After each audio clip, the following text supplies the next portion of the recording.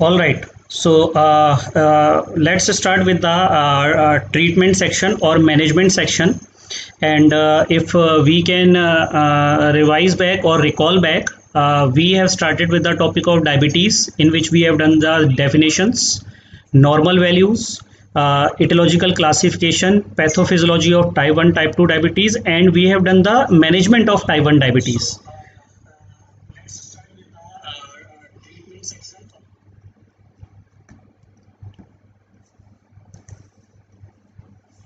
Now, coming to the management of type 2 diabetes.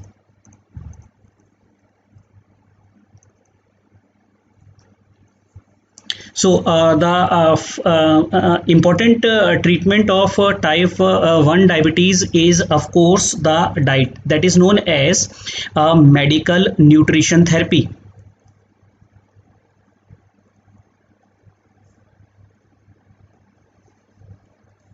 MNT, short form is the MNT.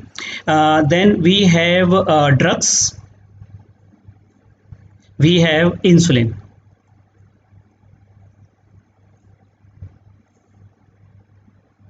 And of course the bariatric surgeries that helps in type 2 diabetes. So starting with the first one, and first is the MNT. First is the MNT, medical nutrition therapy. So the basic principle of this medical nutrition therapy is providing the calories according to patient need. This is individualized, patient to patient.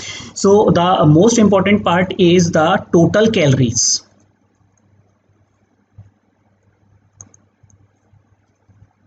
And a very simple formula to remember the total calories to be given to a patient in the diet. It is 20, 30, 40.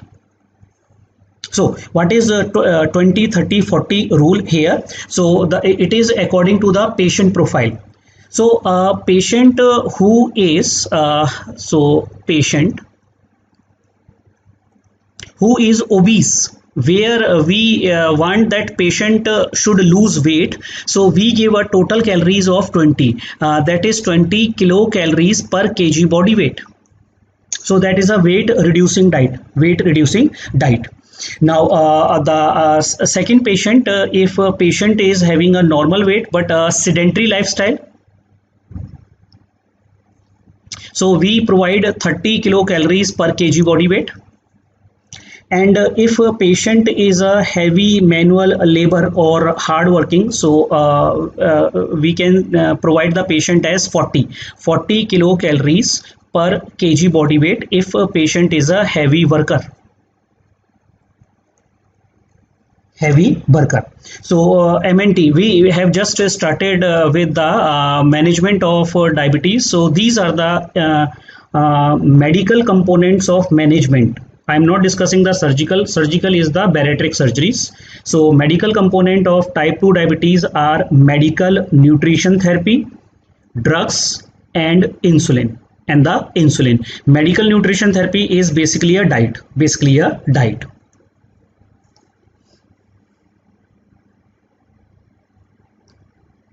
So the component of this total counts. So the component of this total count is divided into carbohydrates, protein, and the fat. So here we will provide out of those total calories 50 to 60% is to be provided by 50 to 60% of total calories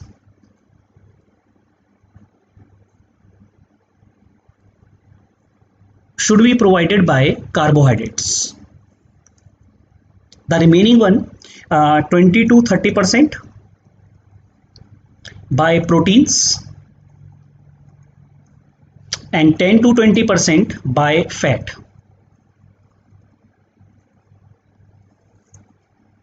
In the diet, by the fat in the diet. So this is known as the medical nutrition therapy. Yes, this is total calories per day.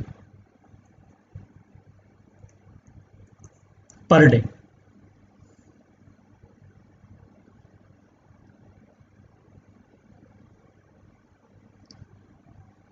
Now come to the drugs for diabetes which are available with us, and this is a very important table.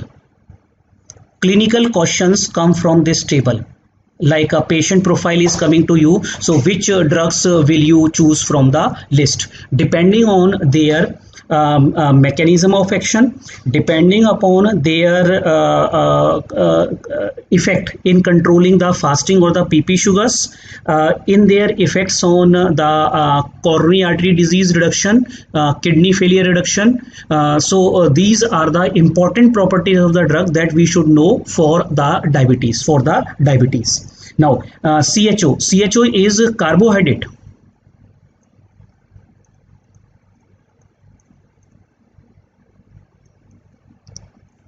And basically we provide the complex carbohydrates. So complex carbohydrate, they release their sugar slow, so complex carbohydrates are mainly given. Now come to the drugs. So the drugs, name of the drug, so we will make a very important table: name, mechanism of action, then importantly which sugar it is controlling, controlling, so whether it is controlling the fasting or pp. So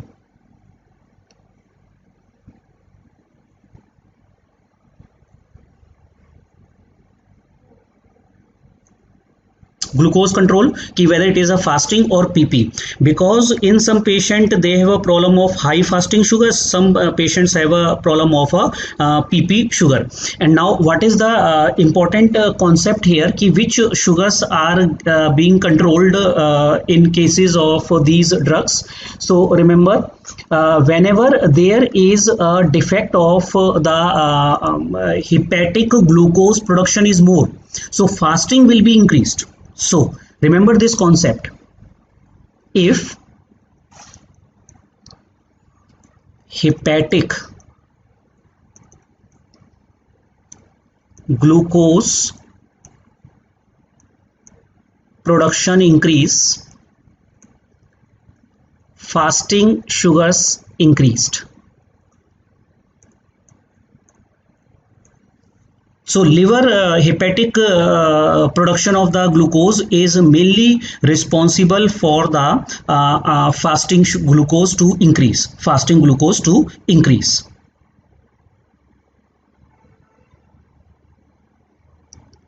So we are making a table, and this table you can make on your horizontal paper, because it will have multiple columns.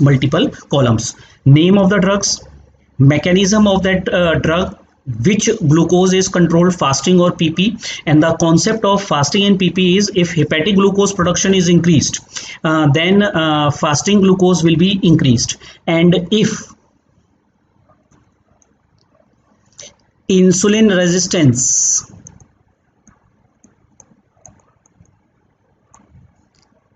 plus decrease insulin is the problem, so here postprandial sugars increase more than the fasting. So if there is a decrease in insulin secretion, that means after eating food the postprandial sugars will go up drastically. And if main problem is a hepatic glucose production, so fasting glucose will be high. So this is the concept in certain patients, ki which exactly is the main problem. Now coming to the fourth column, and the fourth column important one is whether that drug can cause hypoglycemia or not.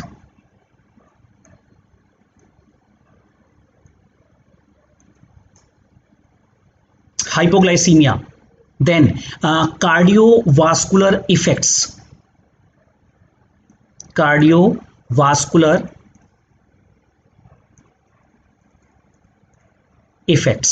Benefits of that particular drug, because the main cause of death in diabetic patient is coronary artery disease followed by the renal disease. So the renal effects.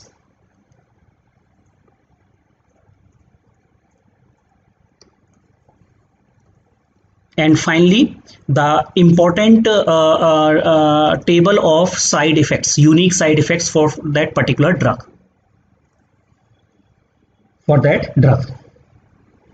does fasting glucose increase hepatic glucose?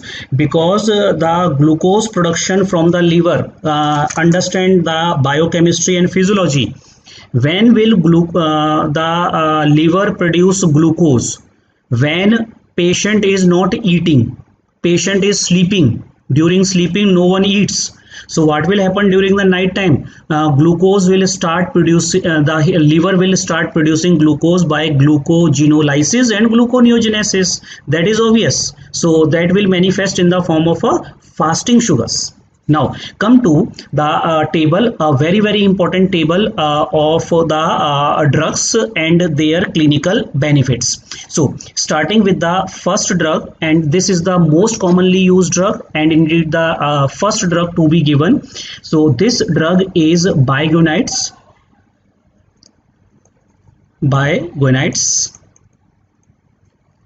And the prototype drug in this list is metformin.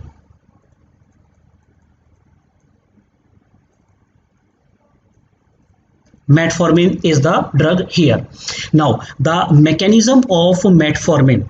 Metformin is almost 50-year-old drug, but still its mechanism of action is still not known exactly. So the one of the proposed mechanism here is metformin decreases the hepatic gluconeogenesis. So this decreases the hepatic glucose production. So decrease liver glucose production. This is the mechanism by inhibiting glucagon, by inhibiting the glucagon action.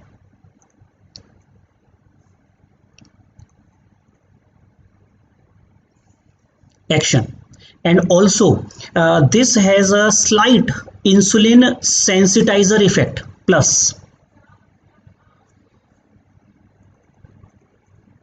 insulin sensitizer effect.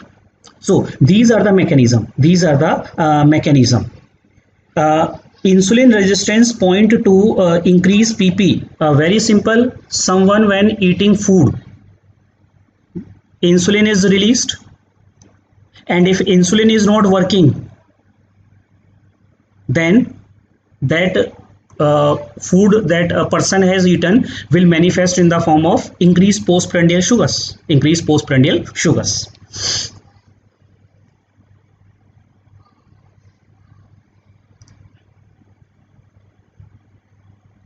Alright, so the glucose control, as it is decreasing the glucose production, mainly it controls the fasting sugars. It controls the fasting. So if a patient is coming to you with the main problem of the high fasting values, prescribe that patient metformin. Now the chances of the hypoglycemia with metformin is not seen. And this table is one of the table question which are asked in the exam, whether that will lead to the hypoglycemia or not. Insulin sensitizer means decreasing the insulin resistance. Now coming to the cardiovascular benefit. So it has been seen that metformin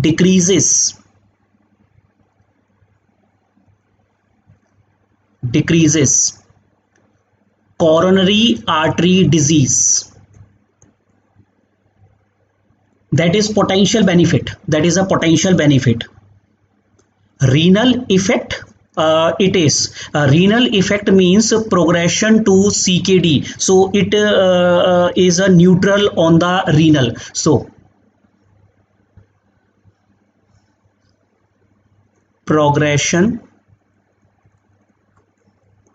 to CKD. So this progression to the chronic kidney disease, it is neutral. It is neutral.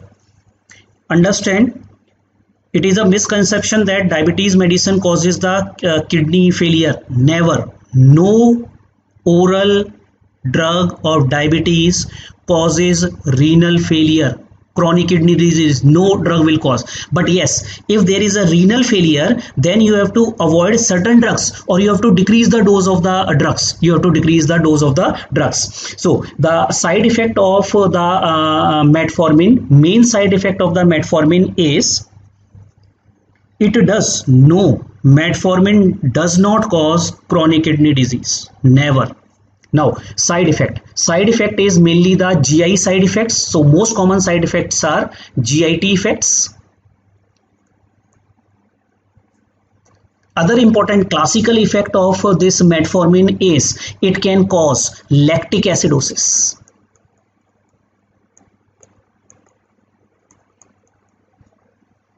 Lactic acidosis. It will lead to B12 deficiency.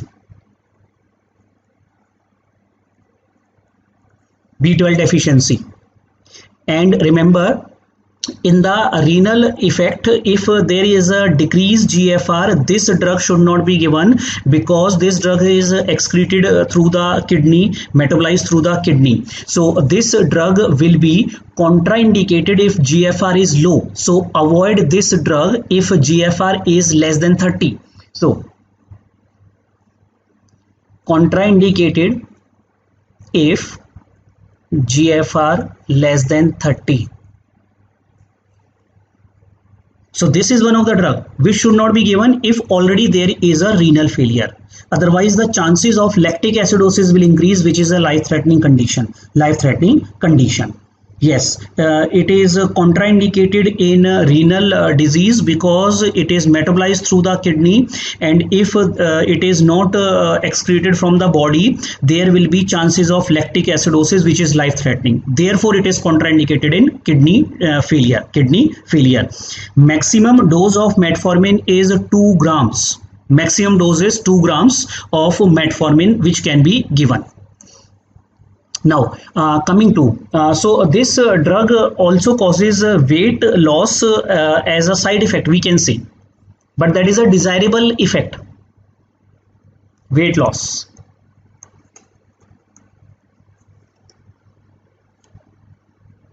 Hypoglycemia, it does not cause the hypoglycemia. Yes, it can work through AMPK pathway. That is one of the proposed mechanism.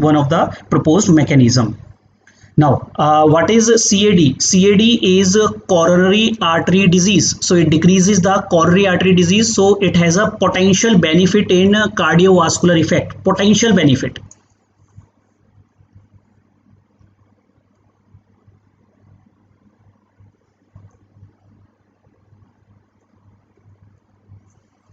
Potential benefit. Dose. Maximum dose is 2 gram. As I have told you, 2000 milligram is the maximum dose, 2 grams per day. Now coming to the next drug,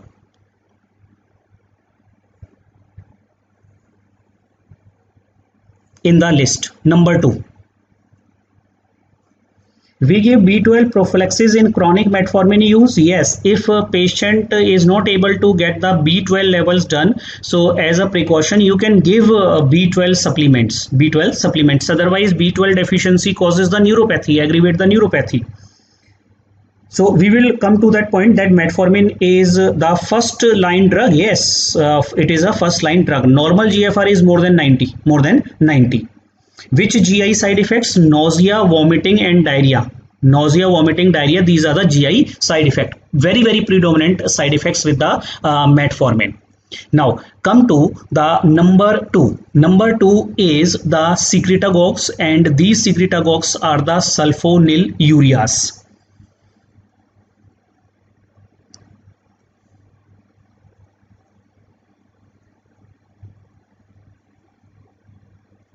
sulfonylureas. How it causes B12 deficiency? Yesterday we did. If you have attended the yesterday class, we have already done this point. Now coming to potential benefit means it is not yet proven in random RCTs, random control trials. It is not yet proved. So sulfonylureas include the drugs like glimepiride, glibenclamide,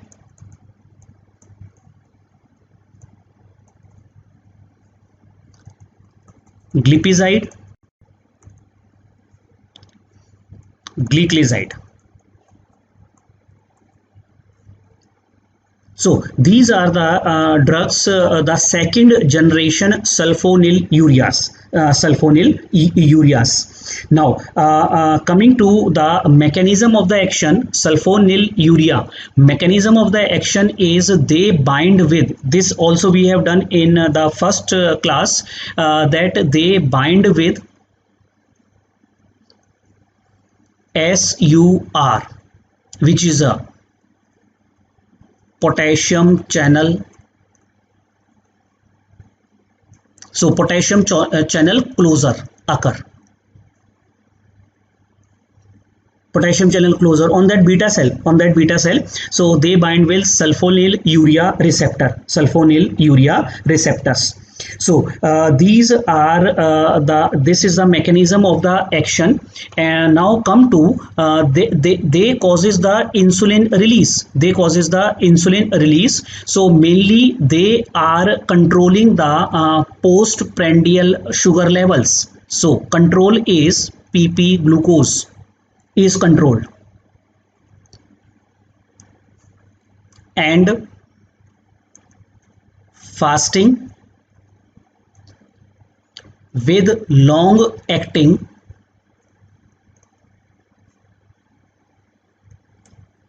sulfonylureas.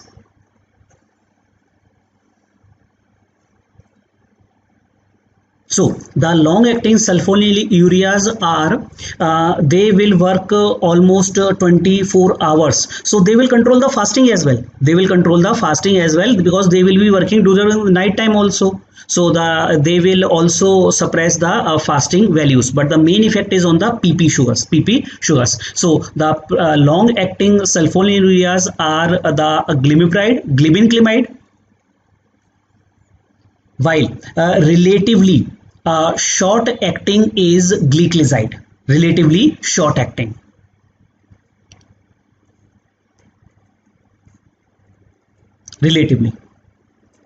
So the long acting sulfonylurea will control the fasting as well, but predominant effect is on the PP sugars. Predominant is the PP sugars. So here you can see the long acting. I have written the glimepiride and glibenclamide.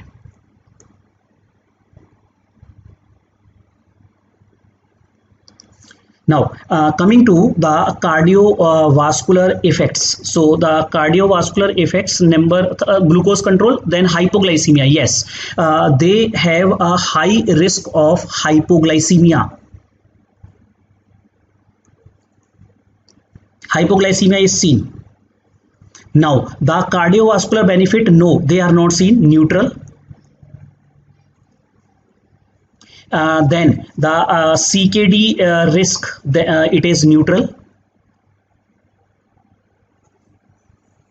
The most important side effect of the sulfonylureas is hypoglycemia episodes. It is the hypoglycemia, especially in the elderly patients, Yes, closer means there will be depolarization, and depolarization means calcium entry will be there, and this will release the insulin.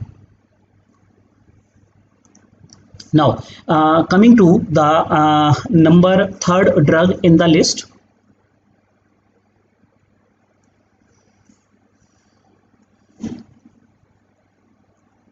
Number third drug.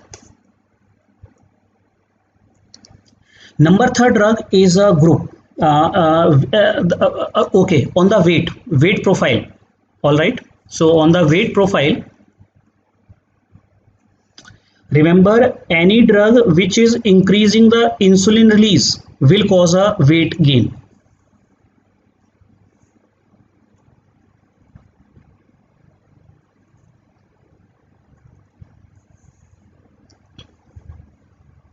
As insulin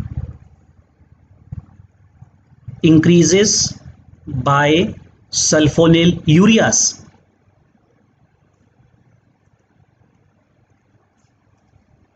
insulin is increased, and whenever insulin levels are increased, there it is a anabolic hormone, more fat, that means it will cause a weight gain, it will cause a weight gain. Sulfonylureas depend on which sulfonylurea you are giving. So like glimepiride is most commonly given sulfonylureas, and the dose, maximum dose of the glimepiride is 8 milligrams per day. Glimepiride is 5 to 10 milligrams. Glipizide is 5 to 20, and gliclazide is till 320 milligram we can give. So these are the, depending on which drug you are giving, the dose is decided. So the most commonly which is given is glimepiride. So it is started with 1 milligram. So 1 to 8 milligrams you can give of glimepiride drug. Now come to the number third agent. Number third agent is the thiazolidinediones.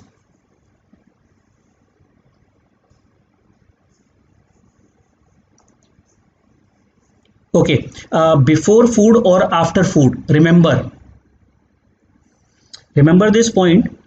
If PP values are to be controlled, the drug action should have started. So therefore they are given before the meals, because we want to control the postprandial sugars. So postprandial sugars will be best when they are given before meals. So sulfonylureas before meals should be given. Now, disulfiram like reaction with alcohol can take place. So with this, you should tell the patient to avoid alcohol. With these drugs, alcohol should be avoided. Reaction can take place. Now, coming to the number third, thiazolidinediones.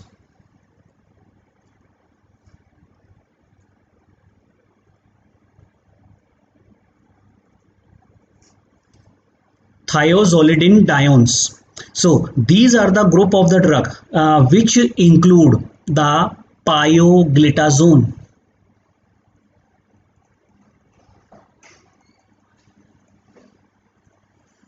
Pioglitazone. If you want to remember the drug, you can just remember the single agent which is most commonly given. Now, coming to the thiazolidinediones, pioglitazone is the drug, while rosiglitazone is banned. But this is mentioned in some textbook. Rosiglitazone is banned drug now because of the risk of the CHF, congestive heart failure, because of the rosiglitazone. So we are using the pioglitazone. Now the mechanism of action is they are insulin sensitizer agents, very good insulin sensitizer agents.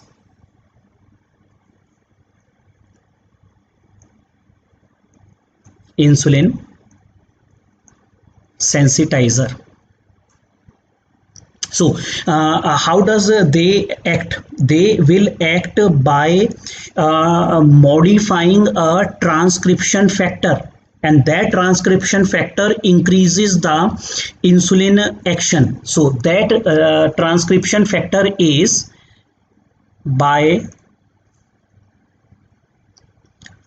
affecting the PPAR gamma nuclear receptor. by affecting this receptor, PPAR gamma. So this nuclear receptor, this will cause the insulin sensitization, PPAR gamma. Now what is the effect of this on the glucose control? So the glucose control, it is basically a insulin sensitizer. So the main effect is on the PP sugars. Remember, insulin resistance is responsible for high PP sugars, but because it is a long acting drug, remember pioglitazone is once a day drug, so this is long acting. So this will control the fasting also.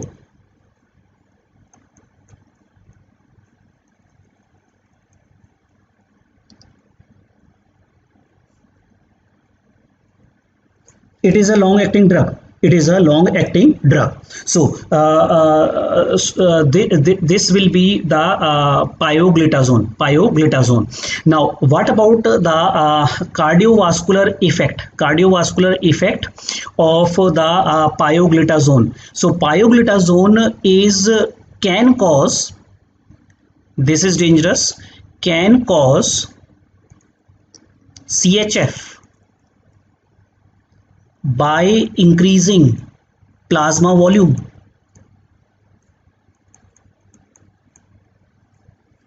This is a very important side effect of the pioglitazone or this group of the drug. They cause edema, they cause the plasma volume increase. Edema will be there, so they can increase the CHF. So cardiovascular benefit will not be there. There with these drugs. Now the hypoglycemia. So let's see. Okay, hypoglycemia point. So these drugs alone, they will not cause the hypoglycemia. So there is no hypoglycemia risk with these agents. No hypoglycemia. Cardiovascular benefit, it can cause CHF. Now the renal effect. So renal effect is that it is neutral. It does not prevent the progression of kidney disease. It is not beneficial for kidneys. So hypoglycemia is out. Hypoglycemia they does not cause. Now the cardiovascular effect can cause CHF by increasing the plasma volume, and they are neutral on the kidney. Now come to the characteristic side effect of the pioglitazone. So whatever are the side effect, they are the side effect of pioglitazone. CHF, it can cause bone fractures.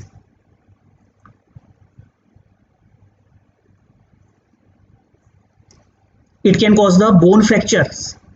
Then it can also implicated in urinary bladder cancers.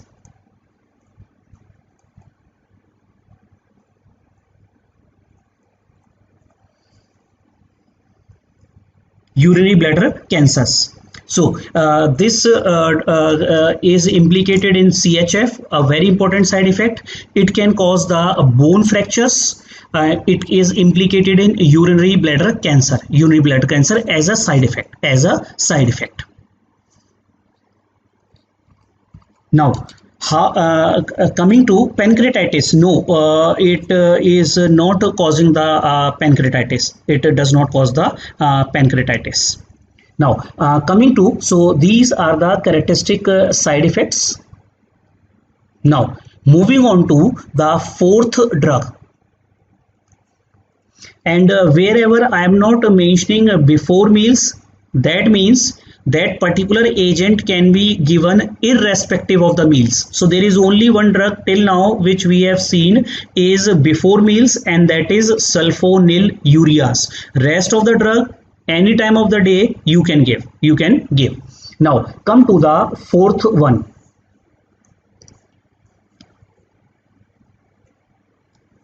So fourth in the list is the alpha glucosidase inhibitor.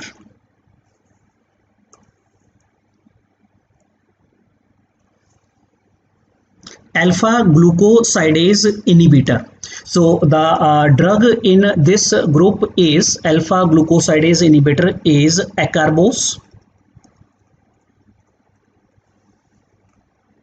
voglibose.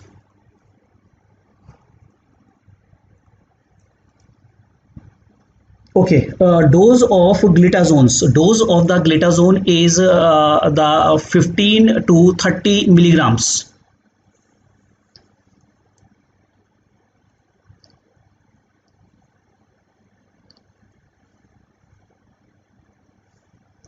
15 to 30 milligrams is the dose. Earlier it used to be 45, till 45 it can be given, but 45 is associated with more volume retention or water retention, or the water retention.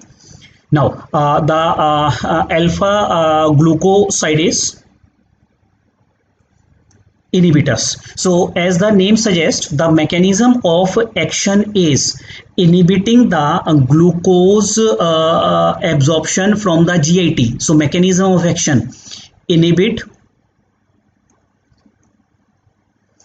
glucose absorption from GIT, from the GIT. So that means they are controlling the postprandial. They are controlling the postprandial. So the postprandial will be the sugar which these agent will be controlling. And what is their timing? The timing of these agents is just before the meal, so that they will decrease the release of glucose from the food. So they are given just before the meals, just before the meal, or maybe this medicine is taken and the meal is started just before the meal. Alpha glucosidase inhibitor. And the main sugar which is controlled by this agent is the postprandial sugar, because they act for 2 to 3 hours only. They will act for 2 to 3 hours only. Now the hypoglycemia effect. So the hypoglycemia effect, so the next column is glucose control, hypoglycemia. So they does not cause hypoglycemia, not implicated for the hypoglycemia. Cardiovascular benefit, renal benefits, they are neutral.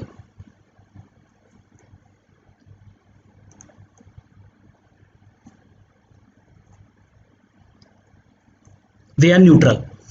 Then the characteristic side effect of these alpha glucosidase inhibitor is because the complex carbohydrate are not degraded, these complex carbohydrate will go to the large intestine where bacteria will ferment them and they cause the flatulence, so gas formation, bloating. So there will be important side effect,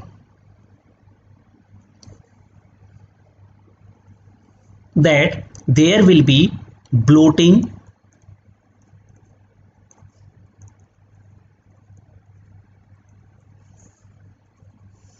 as carbohydrates not absorbed by small intestine and carbohydrate reaches large intestine and fermented by colonic bacteria.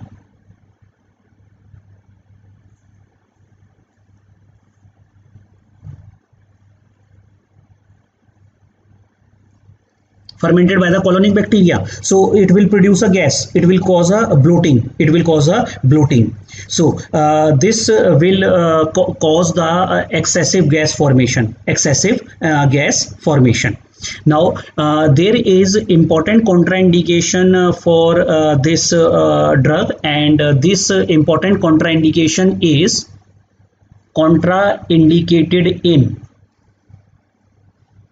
because it can cause intestinal colonic dilatation, colonic distension, along with inflammatory bowel disease that can lead to toxic megacolon, and it can rupture. So contraindicated in inflammatory bowel disease.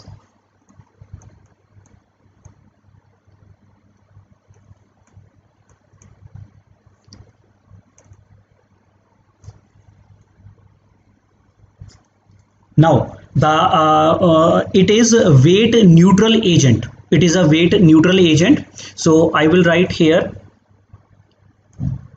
weight neutral. While in the above, in the pioglitazone group, weight gain occur because of volume overload. Because of the volume overload, so that you can write above.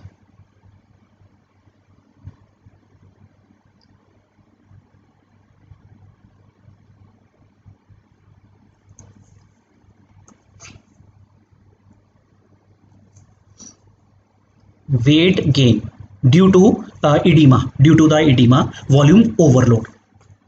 Yes, miglitol will be included in this group.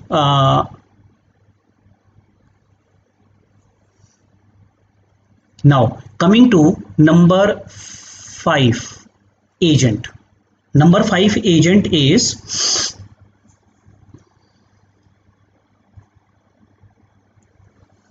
the SGLT2 inhibitors.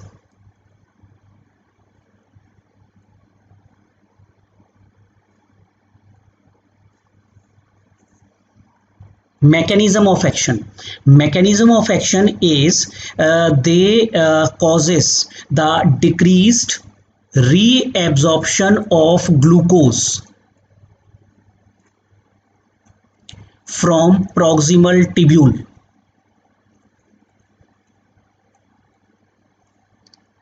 of kidney.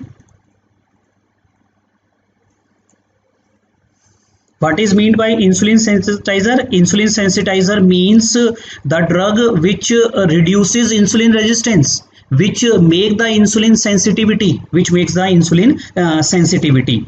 So thiazolidinedione, I have told you, it will cause weight gain because of the edema, pioglitazone. Why pioglitazone not given before meals? It can be given before meals, no problem. So it can be given irrespective of the meal, maybe before, maybe after, you can give. So till now we have seen 2 drugs which are given before the meal. One is sulfonylureas and second is alpha glucosidase inhibitor, which is given just before the meal, meal. The dose of the acarbose is 25 to 50 milligram with each meal, whatever is a major meal, and voglibose dose is 0.2 to 0.3 milligram for one meal. So the SGLT2 inhibitors. So SGLT basically is a co-transporter in the proximal tubule of the kidney. It is known as sodium glucose co-transporter. It is in the proximal tubule. So what happens when glucose is filtered through the glomeruli? It is reabsorbed back from the proximal tubule. So this drug is blocking that absorption. SGLT2 inhibitors. So the name of these drugs, and these drugs they are, remember, mark it, potential questions. Reason being, these drugs have shown to have a benefit over and above sugar control in terms of heart, in terms of kidney disease. So these are a very good drugs which have come up. They have shown to have a proved benefit, cardiovascular as well as the kidney benefits. So the drugs included in this list will be Kana, gliflozin, Empa, gliflozin,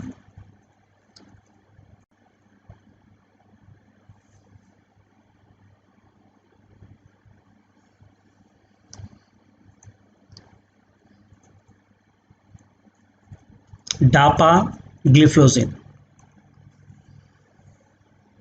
So these are the gliflozin group of drugs known as the SGLT2 inhibitors. SGLT2 inhibitors. Now, the mechanism of the action is they lead to decrease glucose reabsorption from the kidney. It will not come back into the blood, so it will be excreted in the urine. It will be excreted into the urine. Now, the third, this one. Third was the glucose control and hypoglycemia. So the glucose control by SGLT2 inhibitors, they basically controls the fasting sugar values.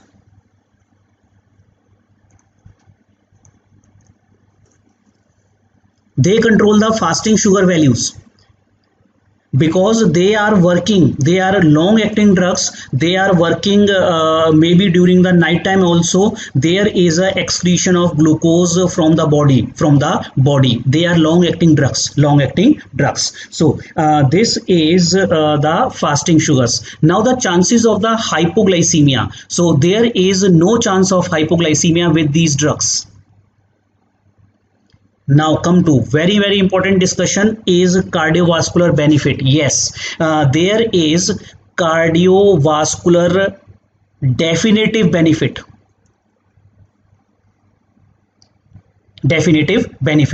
and they have also proved to decrease CKD progression.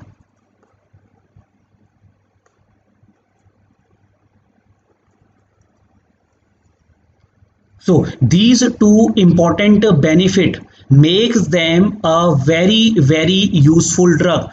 Cardiovascular benefit, they decreases heart failure.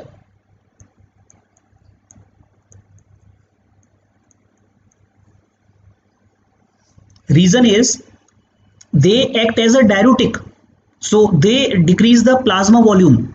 So they act as diuretics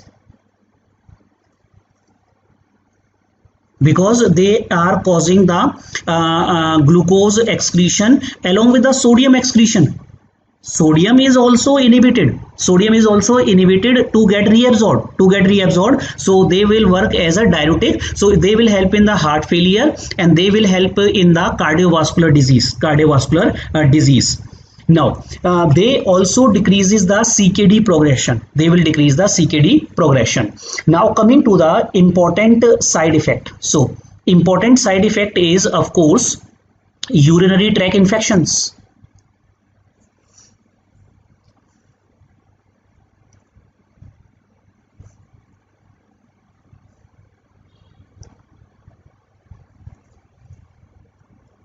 Yes, they will cause polyuria.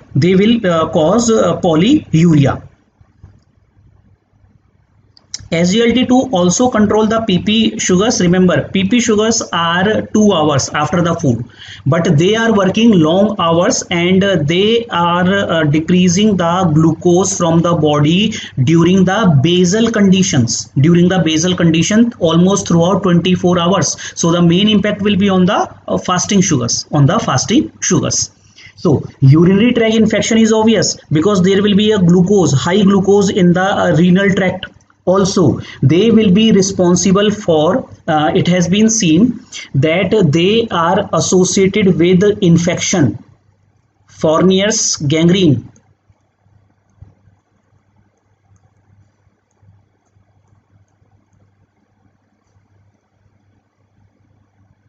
So, infection, they increases the infection of the GIT, infection of the external genitalia.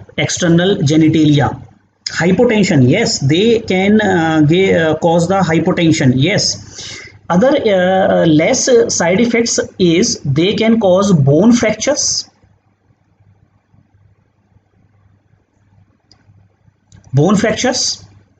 and very important, maybe a question, they causes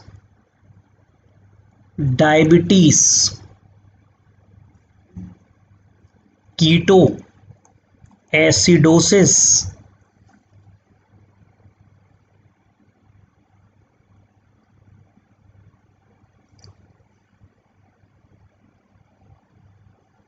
So it causes, this is a you can say a paradoxical effect. The drug in diabetes causes diabetic ketoacidosis. Answer is the SGLT inhibitors. SGLT inhibitors. And why they are causing diabetes ketoacidosis, we will discuss in the diabetes ketoacidosis section. Ki what is the pathology, pathogenesis of the diabetic ketoacidosis. So SGLT, they lead to diabetic ketoacidosis, and that ketoacidosis is a important side effect of this drug. Important side effect of this drug. Renal side effect, renal effect, I have told you, they decreases the CKD progression. They decreases the CKD progression. What is Fournier gangrene? Gangrene of the external genitalia or external genitalia and the perineum is known as the Fournier's gangrene. But this drug, these side effect, they are less than the benefit that you are getting from the drug. So these are the wonder drugs, you can say. These side effects, the risk benefit ratio is more in favor of benefit, because it is preventing the death of the patient at least by decreasing cardiovascular events. Now coming to the next drug. So about the weight one. So these are the drugs which causes weight loss.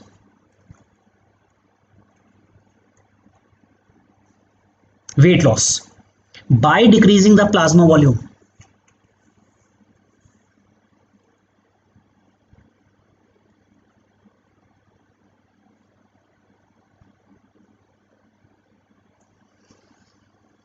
By decreasing the plasma volume. Now coming to the next drug.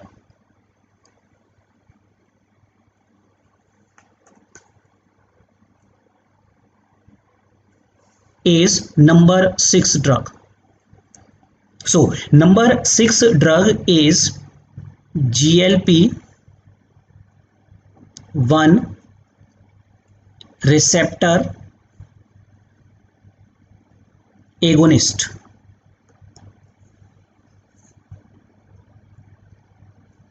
GLP-1 receptor agonist. So these GLP-1 receptor agonist, we will come to that point. Diabetic ketoacidosis. Diabetic ketoacidosis. Which of these drugs can be used in the renal failure? In the renal failure, the safest drug which can be used is insulin. Safest. Other drugs, dose has to be reduced. Dose has to be reduced if there is a renal failure. And we will come to DPP-4 inhibitor. One DPP-4 inhibitor can be given safely across all GFR range. So that we will see later on. So GLP-1 receptor agonist, glucagon like peptide.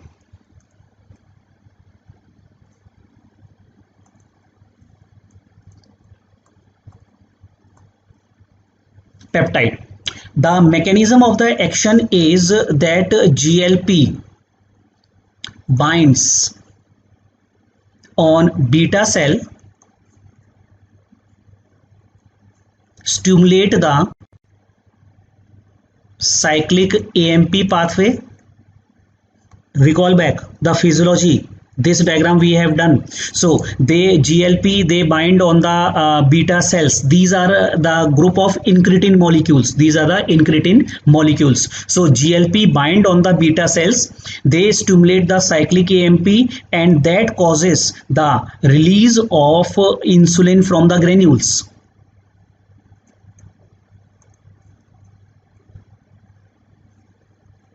And remember, this is a glucose dependent effect. Remember, this is a glucose dependent effect.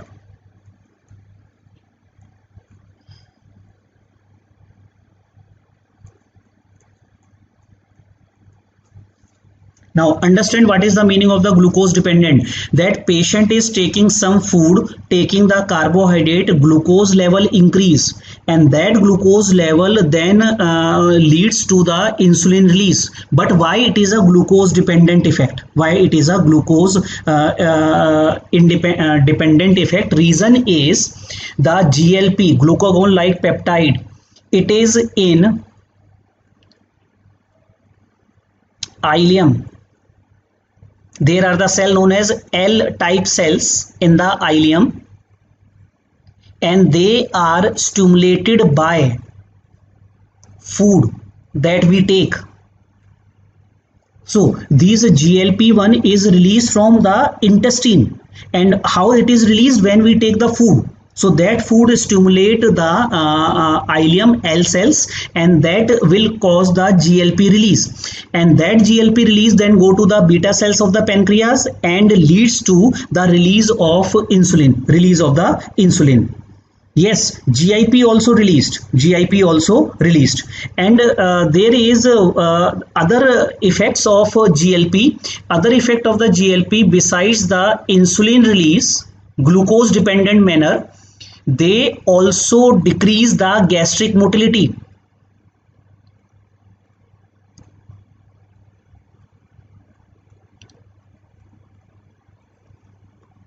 Early satiety, food intake will be reduced.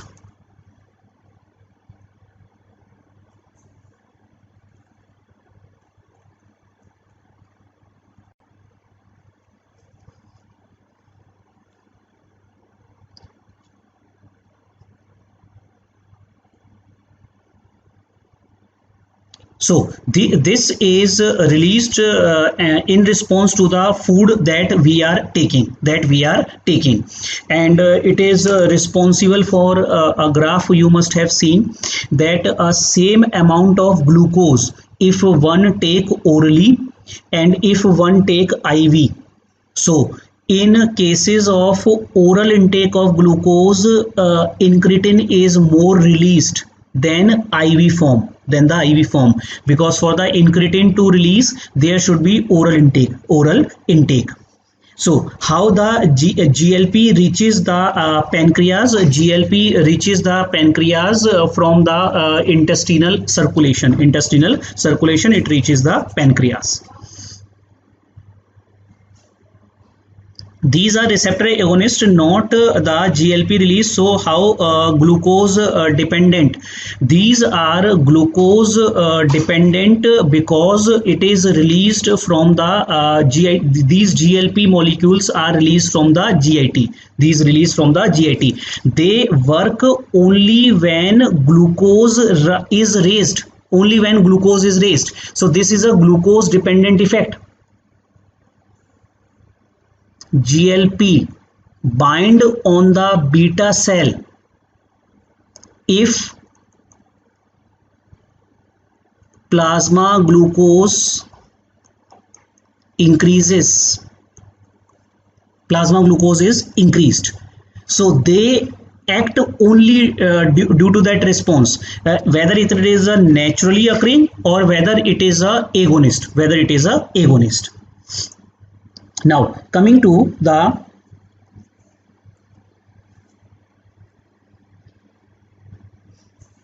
GLP molecules, they are degraded by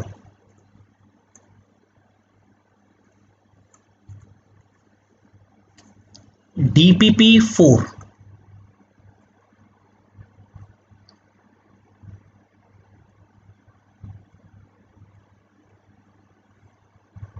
enzyme in the blood. DPP4 enzyme degrade the GLP molecules. So DPP is dipeptyl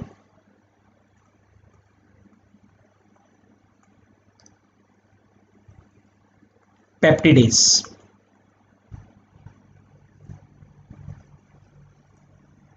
So the natural GLP is degraded in our body by DPP4 enzyme. So that will become the mechanism of next drug, And before going to the next drug, let's complete the table of these agonist, the GLP-1 agonist. So these agonists are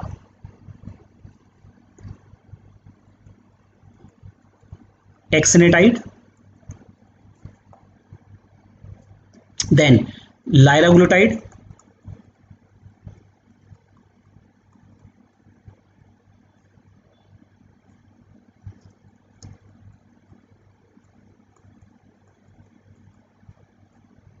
dulaglutide,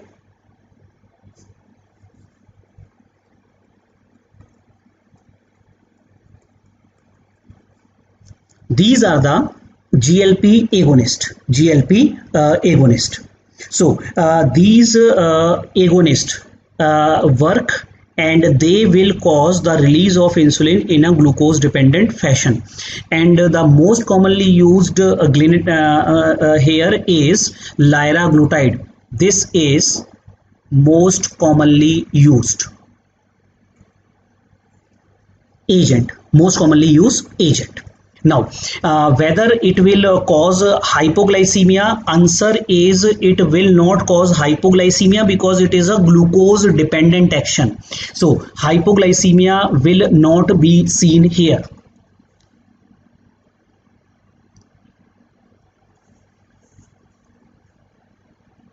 The type of the control with these agents are, they decreases the, they cause insulin release, so they will cause the pp reduction, this is the main effect, of the GLP-1 receptor agonist, pp. Now, coming to the hypoglycemia is not seen with this agent as it is a glucose dependent effect. Now, the cardiovascular benefit, it has been seen with only liraglutide.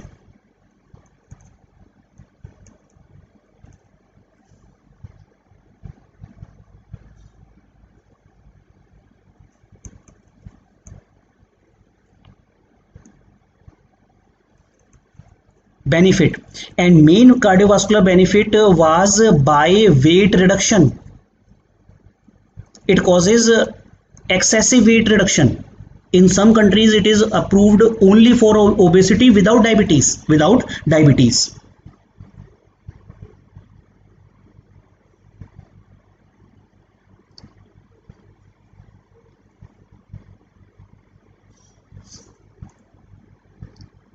Why glucose dependent? Remember the physiology of the insulin release. When the glucose level increased, glucose will enter the cell and then it start the pathway. That pathway will be helped by GLP. And then insulin will be released. Now, coming to the liraglutide causes the cardiovascular benefit by weight reduction, So, while renal effect, it is neutral. Renal effects. Now, coming to the how it causes the weight loss. The main effect of weight loss here is early satiety, loss of appetite. It causes the weight loss due to loss of appetite due to early satiety. So the main side effect here is weight loss. While the important side effect here is it causes the cancer risk, and that cancer is medullary thyroid cancer. Medullary thyroid cancer is one of the important side effect of this agent. Examples for GLP analog that I have done here.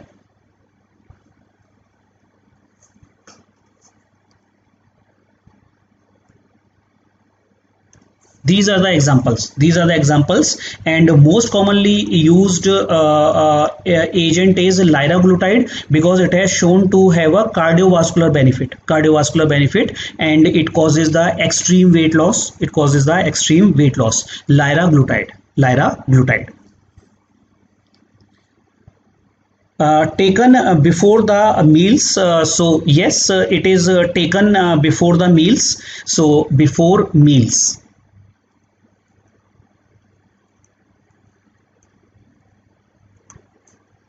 Before the meals. Now the dose of liraglutide is 0.6 to 1.2 micrograms. It is injectable, subcutaneous, injectable, subcutaneous. 0.6 to 1.2 micrograms is the dose, and it is used, it is approved in obesity, even without diabetes.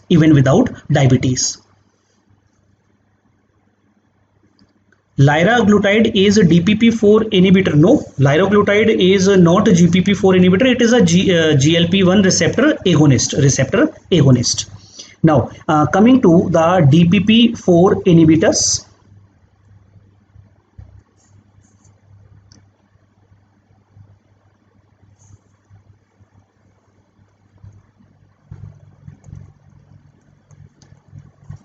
So mechanism of action increases the T half of GLP-1 or incretins, or the incretin.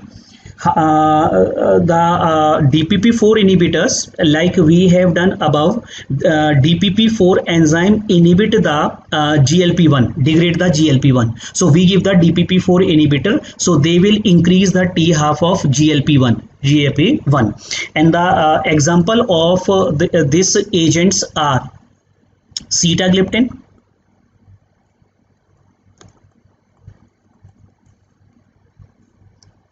then it is vildagliptin,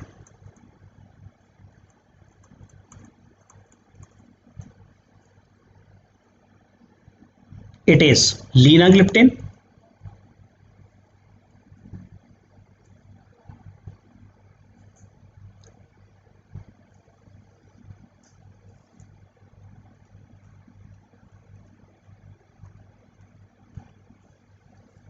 so these are the four available gliptins. These are known as the four available gliptins, as a group gliptins.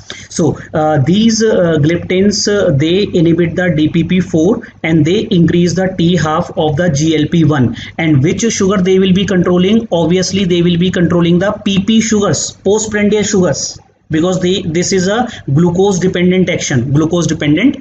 Hypoglycemia, no, they does not cause hypoglycemia per se. Now about the cardiovascular benefit, they are neutral. Renal benefit, neutral. And very important point in this group is that is the linagliptin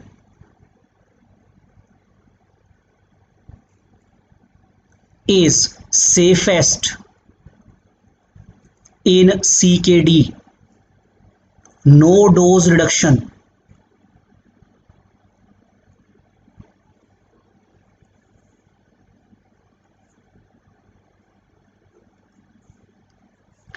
Indeed, this question came last year in the AIIMS.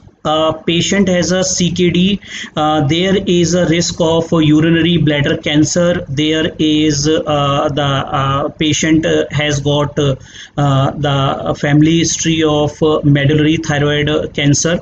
So in that case, the safest drug will be the CKD patient is linagliptin. Linagliptin will be the safest drug.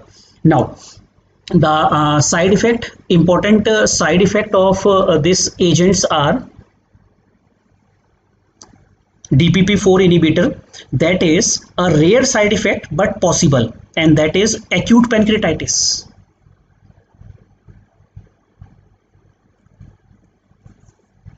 And these agents are weight neutral.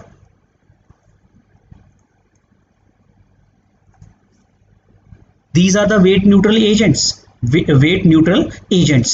So they have a low potency than their GLP-1 agonist. Low potency than the GLP-1 agonist.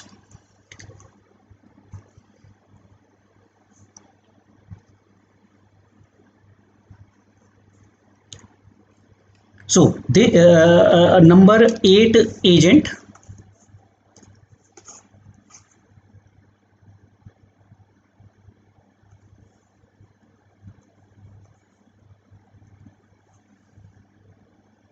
that agent is dopamine agonist. It causes, it is a mild insulin sensitizer. So dopamine agonist. Dopamine agonist is a mild insulin sensitizer. Mild insulin sensitizer. So this agent, which is approved in type 2 diabetes mellitus, and because it is a insulin sensitizer, so mainly controlling the PP sugar values with no hypoglycemia risk. It is just a insulin sensitizer agent. That agent is bromocriptine.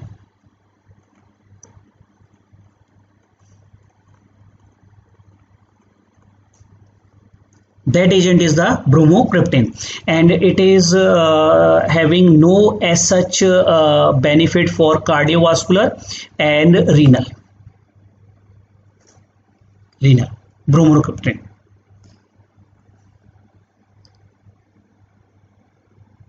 And this bromocriptine should be taken in early morning, so the circadian rhythm of the dopamine is matched. And that will have a effect. Bromocriptine.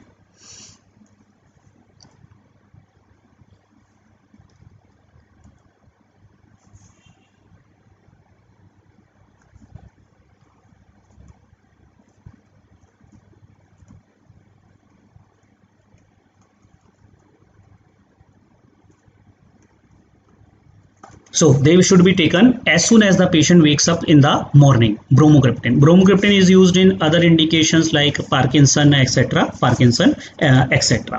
Now, so these are the drugs which are given for a patient of type 2 diabetes.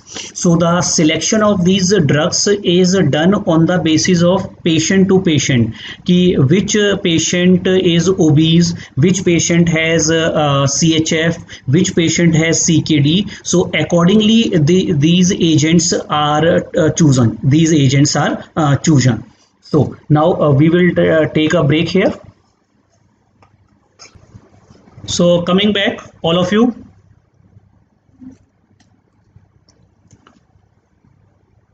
Now comes the protocol for the management of type 2 diabetes. So side effects of bromocriptine are non-specific side effects. So they will be like nausea, dizziness, vomiting. These are the side effects: nausea, vomiting, dizziness, non-specific side effects. Now coming to the protocol for type 2 diabetes management. So in this protocol, first thing we have to decide कि what is the level of patient sugar values. On the basis of that, we start with a single drug or a double drug or a insulin along with the drugs. So protocol for type 2 diabetes management. So that protocol says, journal guideline, if there is the hyperglycemia, depending on the hyperglycemia, the drugs, if it is a mild hyperglycemia, mild is the fasting sugar values, and this hyperglycemia is the fasting sugar values that we take.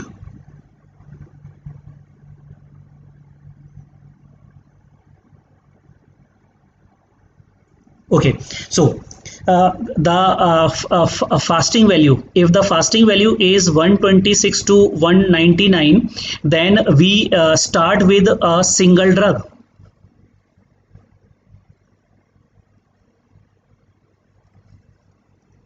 We start with a single drug. If it is a moderate hyperglycemia, like 200 to 250, so we will start with the agents double agents. If it is a moderate means it is 250 to 300, then we can use triple drugs or insulin. But if it is very severe, more than 300 fasting, then insulin has to be started. So this is a broad guideline to initiate the drugs. So it is based on the finding that a particular drug, remember, a particular drug reduces the HbA1c by 1 or 1.5. So if HbA1c is very high, then we have to give the two or more than two drugs depending on the values of sugars. So side effect of the bromocriptine, as I have told you, it is nausea, vomiting and dizziness, non-specific side effects of the bromocriptine. What if fasting is 100 to 126? Then it is not diabetes, that is a pre-diabetes. Only lifestyle modification will be done in that case. So if it is 126 to 199, give a single drug. 200 to 250, double agent should be given. 250 to 300, triple drugs or insulin will be initiated.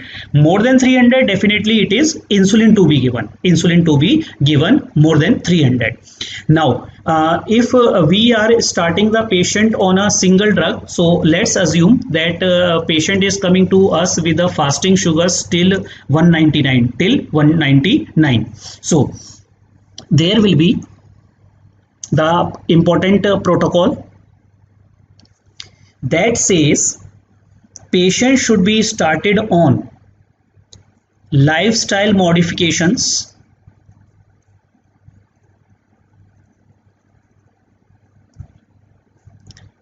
plus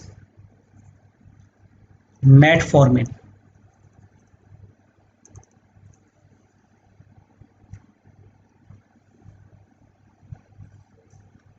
If HbA1c is normal and fasting values are high, then only lifestyle modification will be done.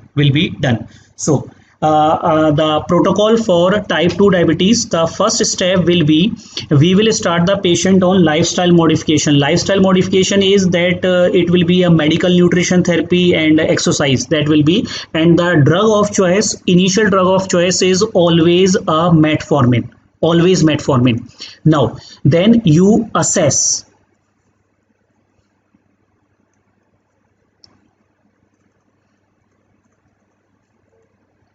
comorbid conditions.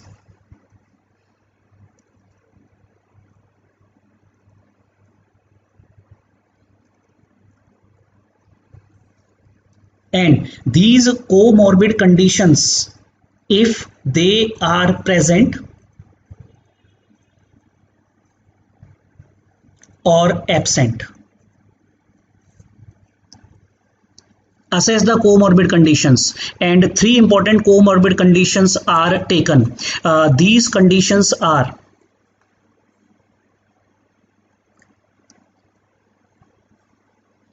number one, if atherosclerotic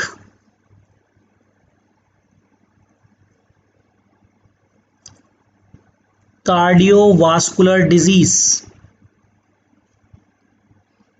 is present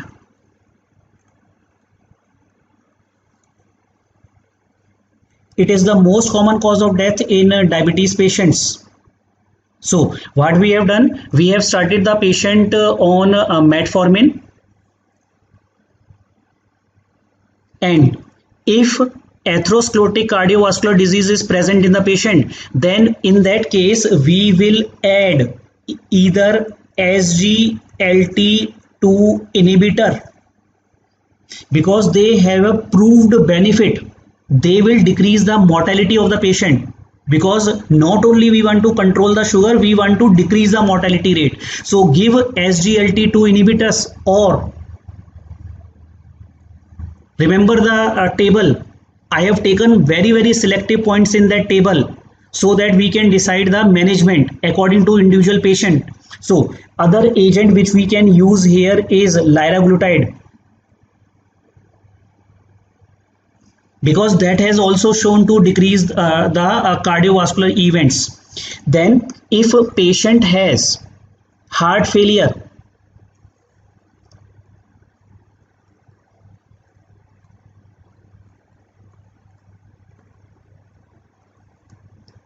add SGLT2 inhibitor. SGLT2 inhibitor. Or if patient has a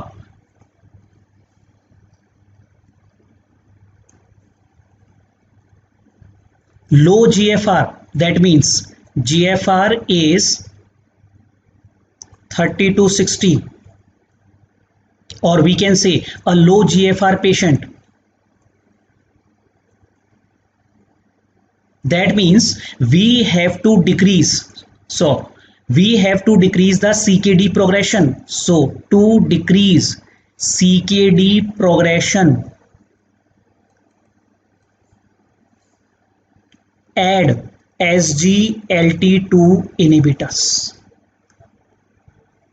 because second most common cause of death in diabetes is kidney disease,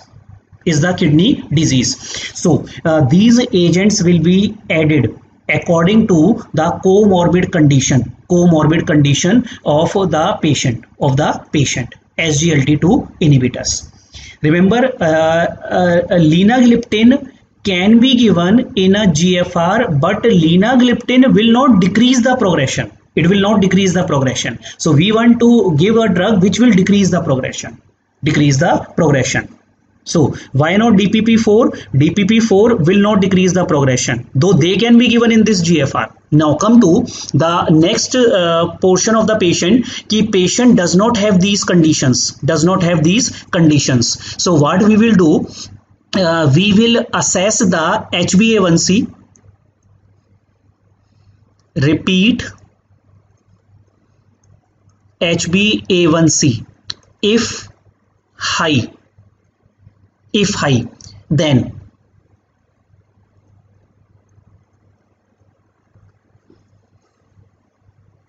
we will add another agent. Depending on patient profile. So if a patient is having any other endocrine disease, so that will be treated simultaneously. No, metformin will be contraindicated when the GFR is less than 30. Then we will stop the metformin. So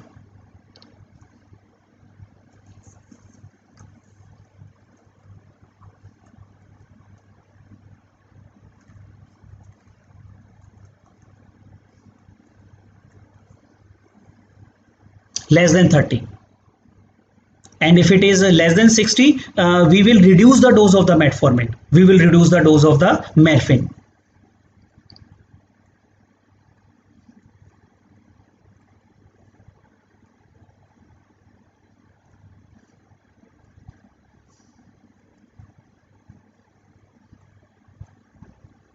Less than 60. So this will be the anti-diabetic medicine. Remember ACE inhibitor, we will come to that ACE inhibitor in the nephropathy section also. Here we are talking only about the anti-hypertensive agents, anti-diabetic agent. Now, is one value of fasting okay to start the drugs? No. As I told you in the first class, diabetes diagnosis should be proved on two occasions. Then we go ahead. Then we go ahead. Now, coming to if a patient, we have given the metformin and we there is no comorbid conditions of these three: atherosclerotic disease, heart failure, and kidney failure. There is nothing like that. So, in that case, we will take only these three comorbid condition for assessment. Now, what we will do if HbA1c is still high, then according to the patient, we will add another agents. So if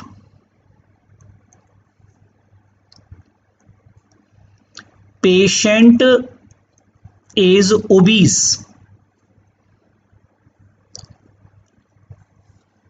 therefore recall back the importance of weight. Why these questions are asked in your exams, ki which drug causes weight loss, which is weight neutral, and which is weight gain drugs. So if a patient is obese and HbA1c is high, so in that case we will add those drugs which leads to weight reduction, which will lead to the weight reduction, and those agents are GLP 1 agonist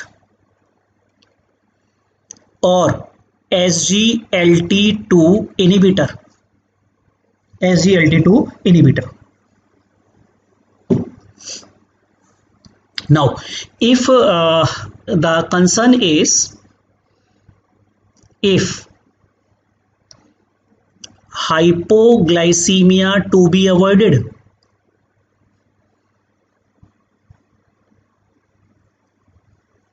example, elderly population.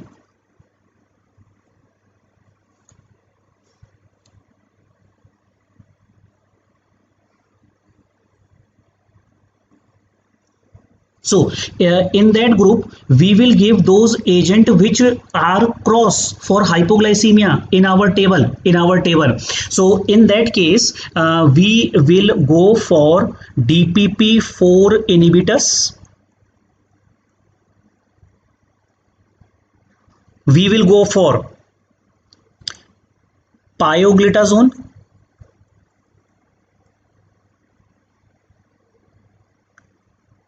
SGLT inhibitor, or GLP-1 agonist, or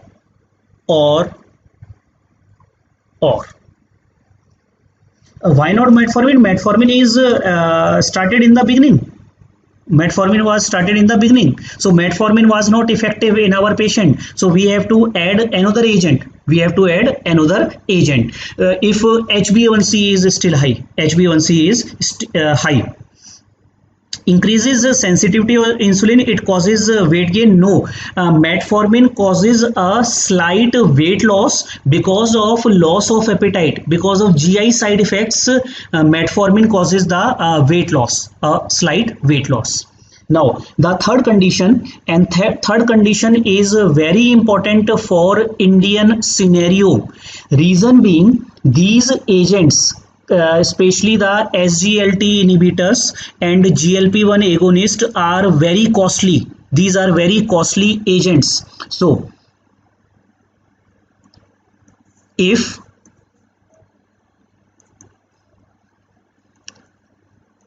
cost of drug to be reduced,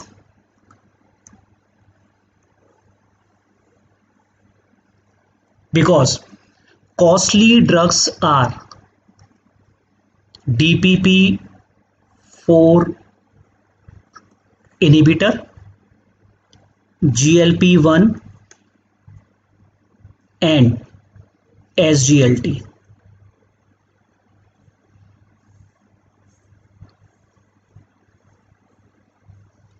These are very, very costly drugs. One drug cost around the SGLT or DPP4 cost around 45 to 50 rupees one tablet, and GLP-1 agonist come in thousands. It is 3 to 4,000 rupees.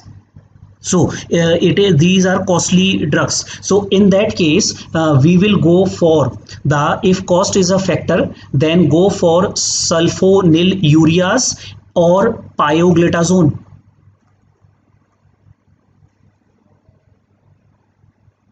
Pioglitazone.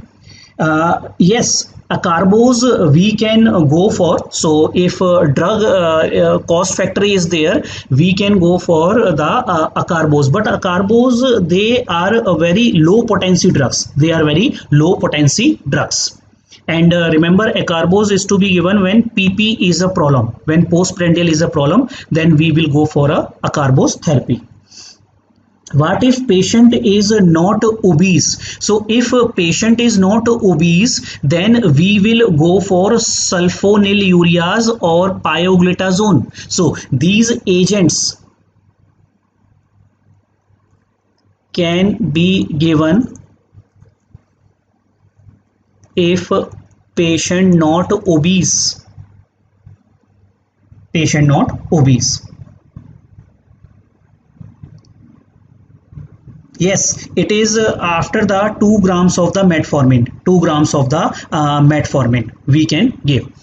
Now coming to even if sugars are not controlled, then we will go for the insulin therapy. So this is the protocol. This is a 2020 protocol for management protocol of type 2 diabetes patients. Type 2 diabetes patients. Now, can we give acarbose in type 1 diabetes? We can give, but the textbook says that only one drug is approved besides insulin is amylin.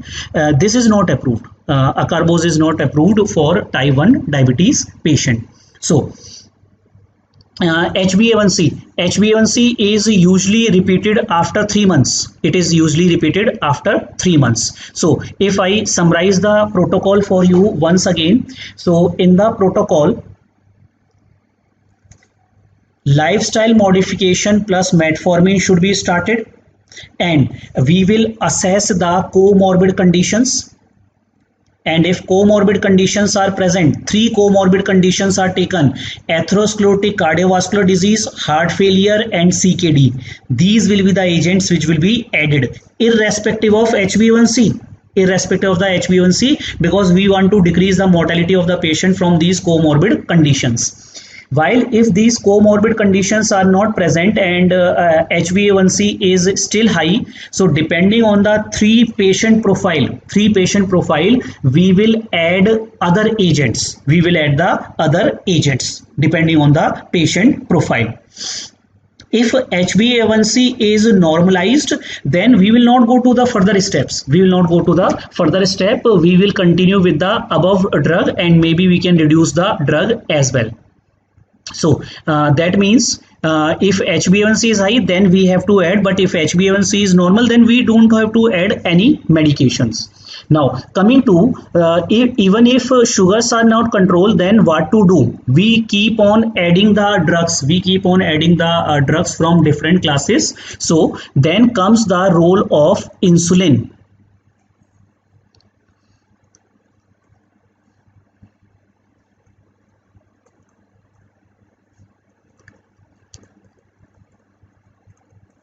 In type 2 diabetes.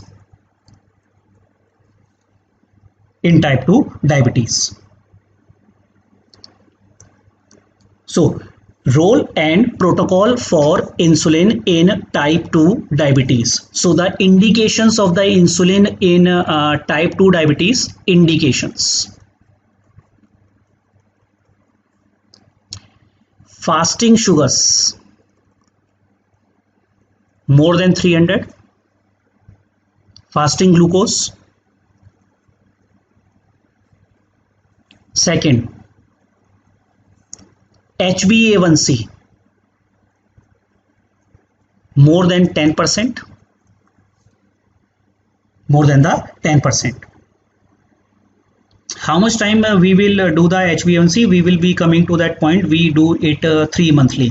We'll do it 3 monthly. What is the frequency of metformin? Frequency of metformin can be twice a day. Usually we start with low dose like 500 milligram twice a day, then increase to 1 gram twice a day. and it is sustained release, usually to decrease the GI side effects. Is there any recommendation for triple drug therapy drugs to be combined? Maximum combined two drugs, but pharma companies combine three drugs, which is not advisable. So two drug combination plus one single drug should be given to the patient. Now the third indication is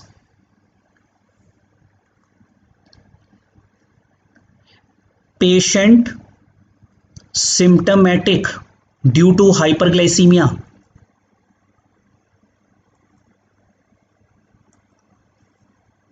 Patient is symptomatic due to hyperglycemia. So these are the three indications for starting the insulin therapy.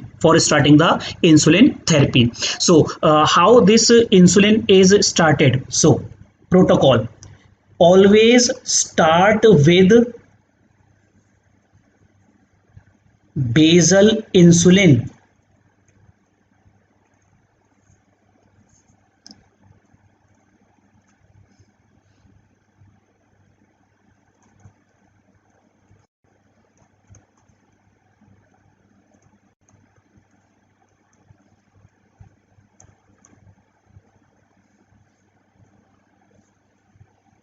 Other indication in type 2 diabetes is if there is glucose is not controlled with the three drugs, then we will go for the basal insulin. Yes, treatment is only after assessment of the HbA1c.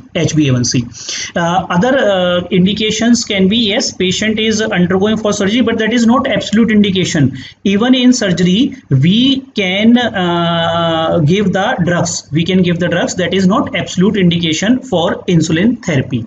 Now start with the basal insulin, and this basal insulin dose is usually start with 10 units.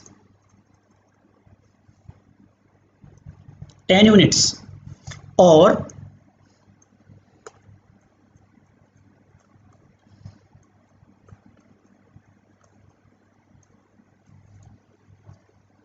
so this is the basal insulin. Yesterday we did like glargine, we will start with the basal insulin. So there will be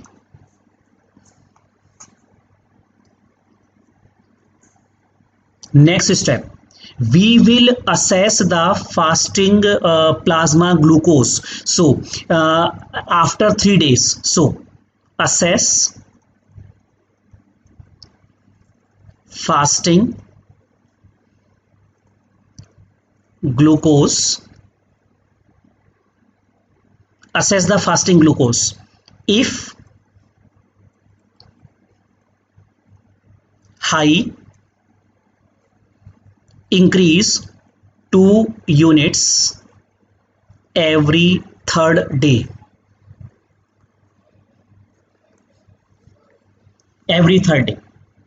So we start with the basal insulin of 10 units, assess the fasting glucose, and if the fasting glucose is still high, every third day we increase 2 units. We keep on increasing the 2 units. Now if targets are achieved, continue with that basal insulin, but if it is still not achieved, so if HbA1c still high,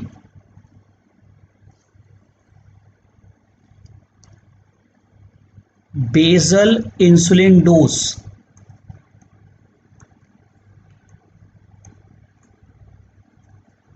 with the basal insulin dose of more than 0.5 units per kg per day. So we are making the protocol if sugars are not controlled. If sugars are controlled, then we stick to that dose. So we keep on increasing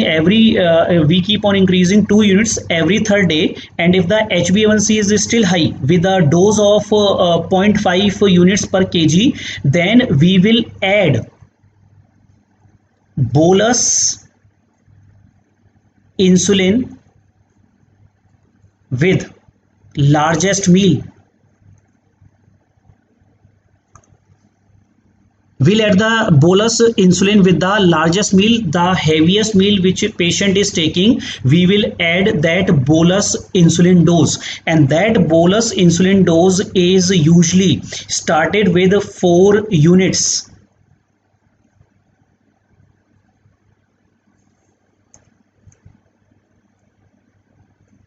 4 units. So first we start with the basal dose, and if basal dose is till more than 0.5 units per kg per day, then we will add the bolus insulin with the largest meal, and we will follow the same protocol. We will and continue with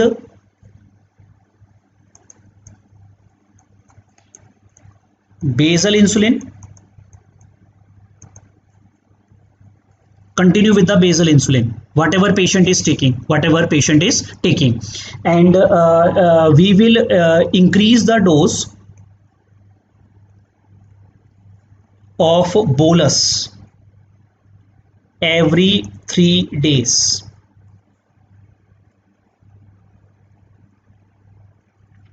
By 2 units. So we will add the bolus insulin with the largest meal, so single bolus is added, and we keep on increasing the dose every 3rd day by 2 units each. And if with 1 bolus and 1 basal, even if HbA1c still high, if HbA1c is still high, then we have 2 options. So the 2 option here will be either add all 3 bolus along with basal insulin,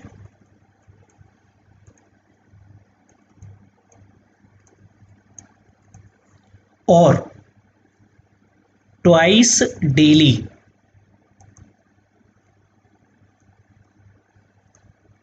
pre-mix insulin.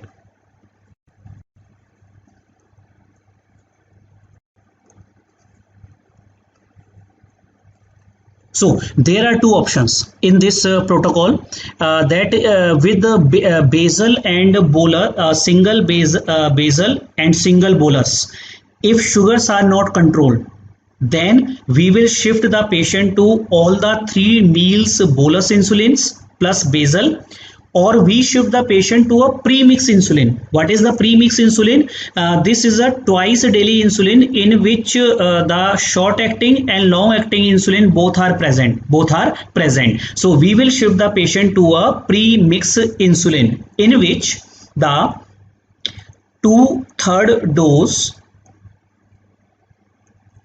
given in the morning and 1/3 dose given in the night.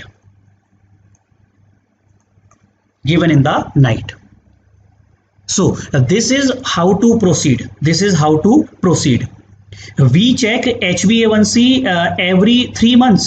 We will check the HbA1c every 3 months, not days. We check the sugars every 3 days. Based on glucose values.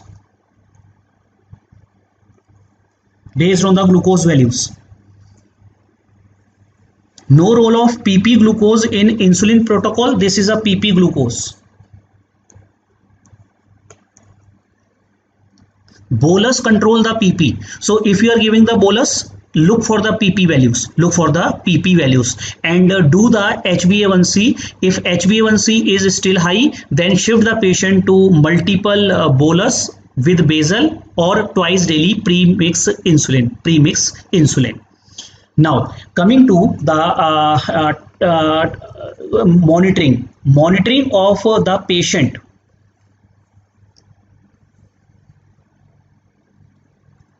Targets. So the target of the patient, they are mainly HbA1c. HbA1c. Then fasting capillary glucose. Fasting capillary glucose. Then the postprandial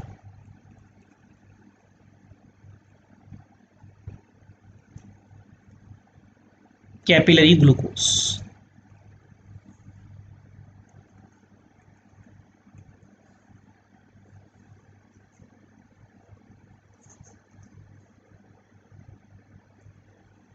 So the fasting capillary glucose and postprandial capillary glucose, they are with self monitoring of blood glucose machine at home. These are the targets which patient will check with self glucose monitoring at home. So HbA1c target is less than 7%.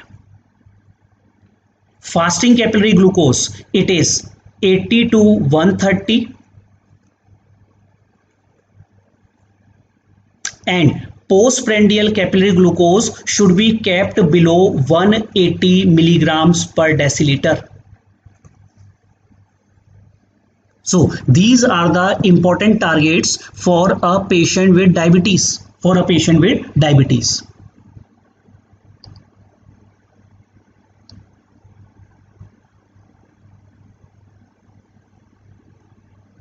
Why capillary glucose? Because capillary glucose is home monitoring. It is done at home with the home monitoring. These targets are set because patient may not be able to go to the lab every third day. Every third day patient will not go to the lab. Patient will check the sugars. Patient will check the sugars at home. So in the lab 3 monthly HbA1c is done. So the frequency of HbA1c monitoring is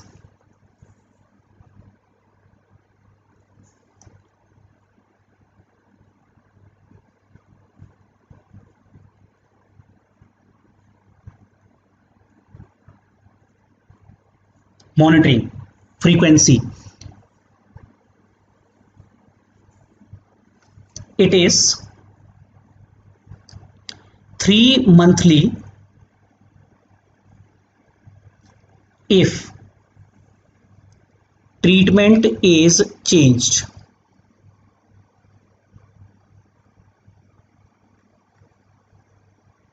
and 6 monthly if treatment not changed and targets are under control.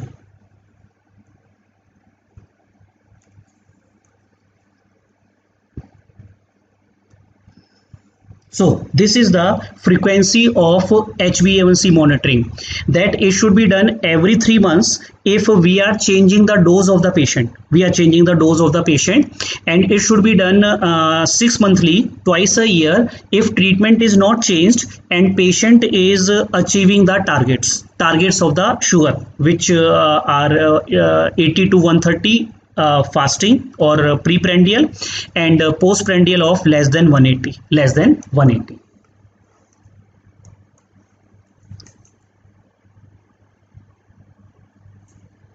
So this is the protocol, the latest protocol of type 2 diabetes, and with this we finish with the class for today. And today we have done the management of type 2 diabetes. Now tomorrow then we will discuss the complications of the diabetes, and my advice is you read the biochemistry. Come prepare with the biochemistry, especially the free fatty acid metabolism and ketone body. So if you read the biochemistry, then you will be able to understand the clinicals of ketoacidosis as a complication. So with this we finish with the class for today.